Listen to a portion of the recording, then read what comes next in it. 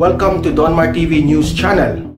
Gaya na sinabi ko, Your Honor, Mr. Chairman, yung listing napakamahalaga po nito dahil yan po magiging... Yes, I understand. I understand. You cannot release without the list. But give our frontliners a timetable so that they can expect it and that you also will call on your people to meet that deadline. Kung walang deadline, baka walang mangyayari sa atin. We want to have a timeline. When will the 95% who have already served and should be entitled to the SRA receive the SRA? Maybe 3 months? 2 months? 3 months?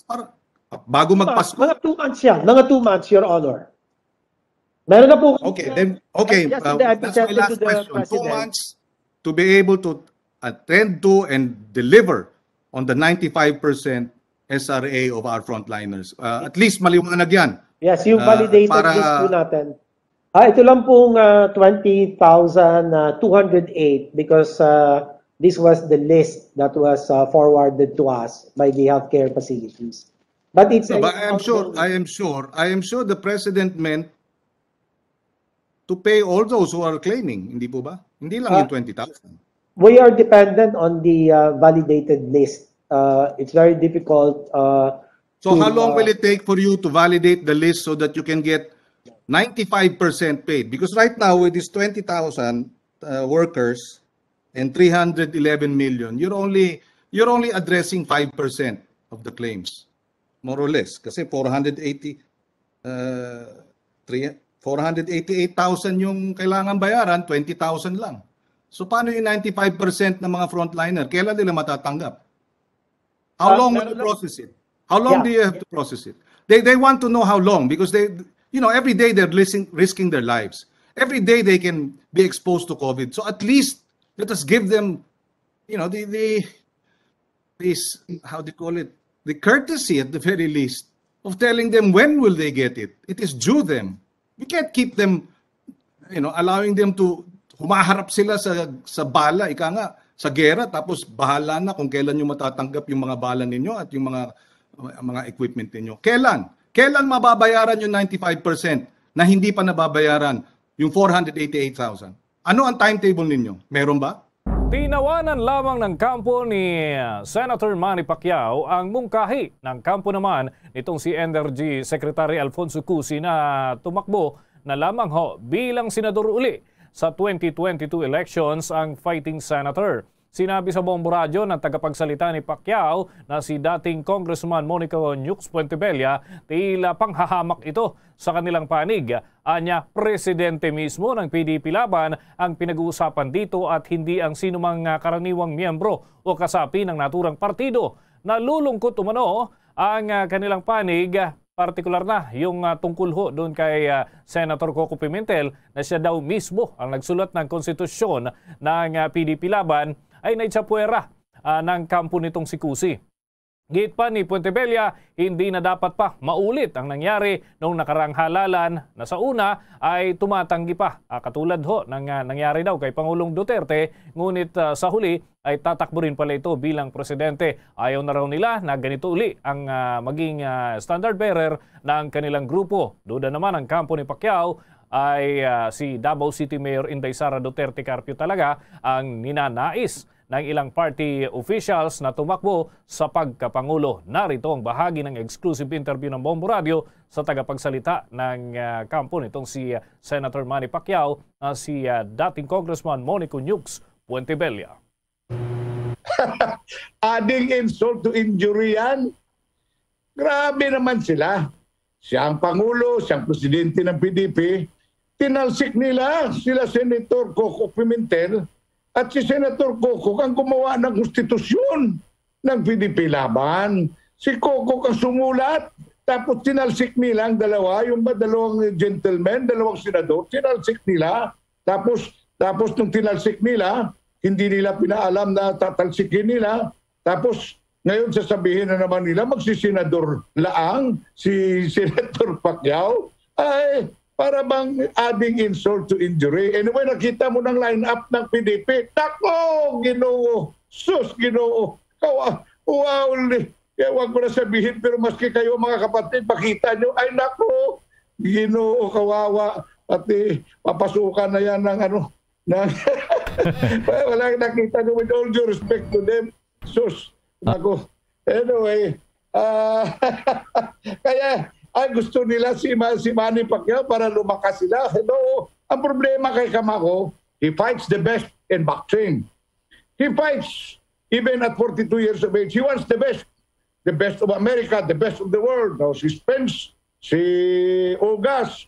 Kaya in politics, ang ugali ni Kamao, ni Kamao is he wants to fight the best. So, come on ito, Sara versus Manny Pacquiao. Fight! Yan ang gusto ng Kamao. Wala pang decision, pero parang nagpapahiwatig yata kayo Parang nagpapahiwatig yata kayo Nag-ano? Parang nagpapahiwatig ka yata na Sara versus Pacquiao? Ay, yan na! Yan na! Ay, maski anong sabihin nila, 1,000 stories, drama, teleserye. Huwag na kayong magpaloko. Tinatawag na tayong stupido. Magpapastupido pa tayo. Sabi ng kuloko, mga stupido kayo. Pa-China kayo. Hindi nyo alam kung ano kalakas ng China. Ngayon, sabihin ngayong araw, tatakbo akong Vice President. Ginawa ni Jose na PDP, Vice President. Pag sunod araw, hindi tatakbo. Wag na muna ako tatakbo. Barata ni Sara. Sabi, wag naman kayo mga ba't ko binapakialam? Pero run, Sara, run. Yan ang nangyayari. Yan noon pa, run, Sara, run. Kaya, alam mo noon, niloko na tayo nung last election. Sabi hindi tatakbo, tapos tatakbo. Kaya para sa akin, hello? Ayon kay Duque, nais muna niyang linisin at matugunan ng issues sa deficiencies na napunan ng Commission on Audit sa naging paggamit ng Department of Health ng COVID-19 funds. Gusto rin anya ng kalihim na maabot muna ng bansa ang herd immunity bago umalis sa pwesto. If the time comes when I need to resign, I will. I mean, there's no problem with me, Mr. Chairman. So what is important is we clear all of these findings of purported deficiencies, and we will address them squarely with all my DOH team. Samantala, dumipensa naman si Senate Blue Ribbon Committee Chairperson Richard Gordon sa naging patutsada ni Pangulong Duterte na pumupustura lamang umano ang ilang senador sa pagsasagawa ng mga investigasyon na wala rin naman umanong pinatutunguhan. Binalikan ni Gordon ang mga nasampahan ng kaso at mga natanggal sa gobyerno dahil anya sa mga naungkat ng Blue Ribbon Committee.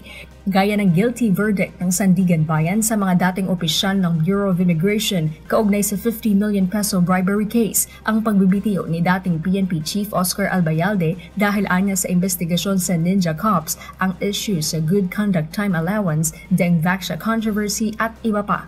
Mr. President, konting respeto rin naman po. We respect you, I respect you, because you're the President of the Philippines. I always respect the title, Mr. President, and the man. Pero huwag naman ho tayo magsasalita sa co-equal branch of government na hindi ginagawa ang trabaho nila. Hindi po ako nagagalit dito. Sinasabi ko lang po na hindi naman po kami dapat maging punching bag dito sa Senado. Samantala, na-question naman ng mga senador si dating Budget Undersecretary at nooy head ng DBA Procurement Service na si Lloyd Christopher Lau dahil sa pag-award ng kontrata sa Pharmally Pharmaceutical Corporation para sa pagbili ng medical supplies. Ayon kay Senate Minority Leader Franklin Drilon, mahigit 8 billion pesos ang nakuha nitong kontrata kahit na kalahating milyon lamang ang kapital nito at 6 na buwan pa lamang na umiiral bilang isang korporasyon. Wala rin umano itong idineklarang kita noong 2019, ngunit noong 2020, bigla itong umabot sa mahigit 200 milyong piso. Wala rin umano itong karanasan sa pag-supply sa gobyerno. Peke rin umano ang inilagay na address ng mga opisyal nito sa registration documents. Kaya tanong ng mga senador, anong klaseng pagsusuri ang ginawa ng DBM Procurement Service sa kumpanya bago i-award ang bilyong-bilyong kontrata? Depensa ni Lau, nagmula ang listahan ng mga suppliers sa rekomendasyon ng mga embahada ng Pilipinas at ambassador na hiningian nila ng tulong para sa emergency procurement. Mahal din umano ang bid ng ibang kumpanya.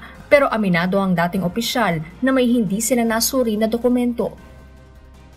Did you exercise diligence in doing this? We failed to check on the articles of incorporation. Clearly, there's a collusion. How can you award billions of pesos worth of contracts to non-existent na addresses? We were contacting to embassies, to ambassadors, special envoys. These companies were referred to us, and when they were referred to us, they made offers, and we just responded to them. Padala po kami ng official letter sa kanila. In fact, we conducted meetings. We were trying our best to get suppliers. It's all on record. It's not that we choose them. Nais ni Senator Drilon na maimbestigahan ng Ombudsman si Lau.